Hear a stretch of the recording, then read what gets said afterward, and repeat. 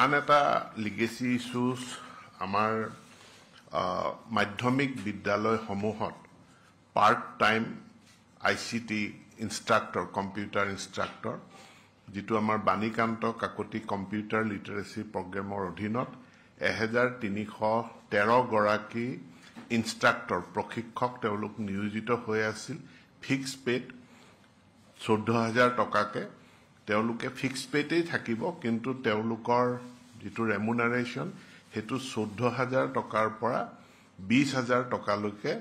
বৃদ্ধি কৰাৰ বাবে কেবিনেটে অনুমোদন জনাইছে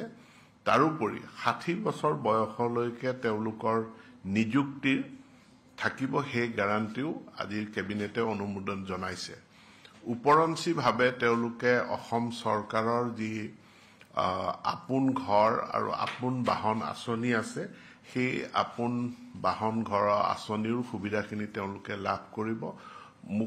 মুখ্যমন্ত্ৰীৰ যি লোকসেৱা আৰোগ্য আঁচনি আছে সেই আঁচনিৰ সা সুবিধাখিনিও তেওঁলোকে লাভ কৰিব আন এটা লিগেসি ইস্যুজ আমাৰ মাধ্যমিক বিদ্যালয়সমূহত part time ICT instructor computer instructor যিটো আমাৰ বাণীকান্ত কাকতি কম্পিউটাৰ লিটাৰেচি প্ৰগ্ৰেমৰ অধীনত 1313 গৰাকী ইনষ্ট্ৰাক্টৰ প্ৰশিক্ষক তেওঁলোক নিয়োজিত হৈ আছিল fix pad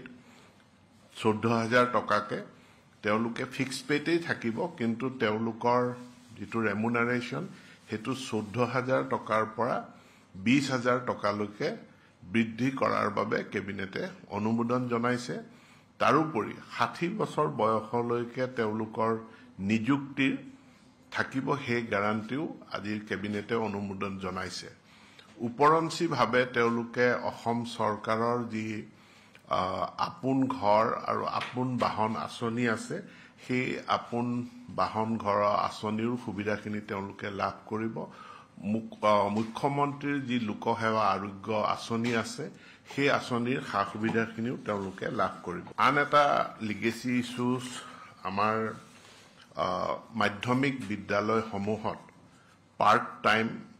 ICT instructor computer instructor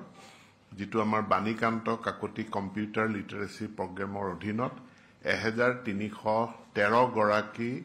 instructor প্ৰশিক্ষক তেওঁলোক নিয়োজিত হৈ আছিল ফিক্স পেড 14000 টকাকে তেওঁলোকে ফিক্স পেতেই থাকিব কিন্তু তেওঁলোকৰ যিটো ৰেমুনাৰেচন হেতু 14000 টকাৰ পৰা